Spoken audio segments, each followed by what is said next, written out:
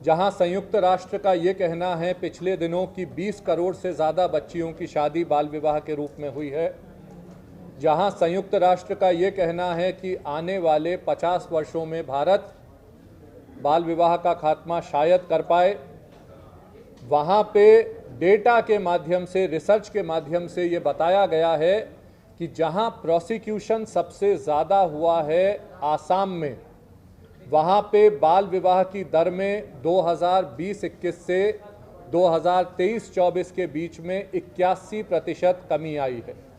यानी 20 जिलों में सर्वे करके ये पाया गया कि 81%, 81% बाल विवाह कम हुए हैं। 1300 से ज़्यादा गाँव में जाके ये सर्वे करने पे पता चला है।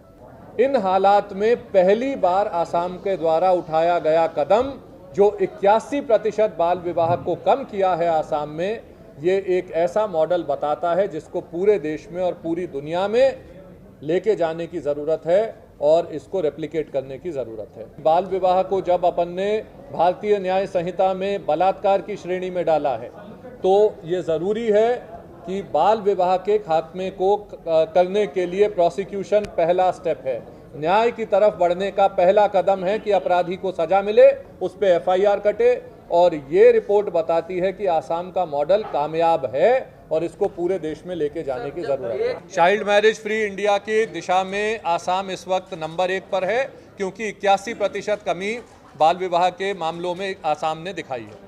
अभी आसाम का स्टेटस लेटेस्ट पूरे आसाम का नहीं निकला है, लेकिन हमने जिन गाँव में सर्वे किया वहाँ पे पाया कि अगर 1300 गाँव में 1400 गाँव में सर्वे करके 20 लाख से ज़्यादा की पॉपुलेशन में सिर्फ 627 शादियां हुई हैं, तो इसका मतलब है बड़ा असर, बड़ा डर गया है और कम शादियां हो गई हैं बहुत ज़्यादा।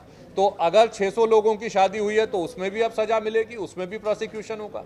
तो प्रोसिक्यूशन कामयाब है। हमने इस दिशा में ये सर्वे किया था, उसके रिजल्ट बहुत साफ है। हमारे सर्वे के अनुसार ये अभी पहला ही साल है आसाम के मॉडल का, और हम उम्मीद करते हैं कि ये रिपोर्ट इस दिशा में इस डिबेट को ख़त्म कर देगी कि प्रोसिक्यूशन आंसर है या नहीं है।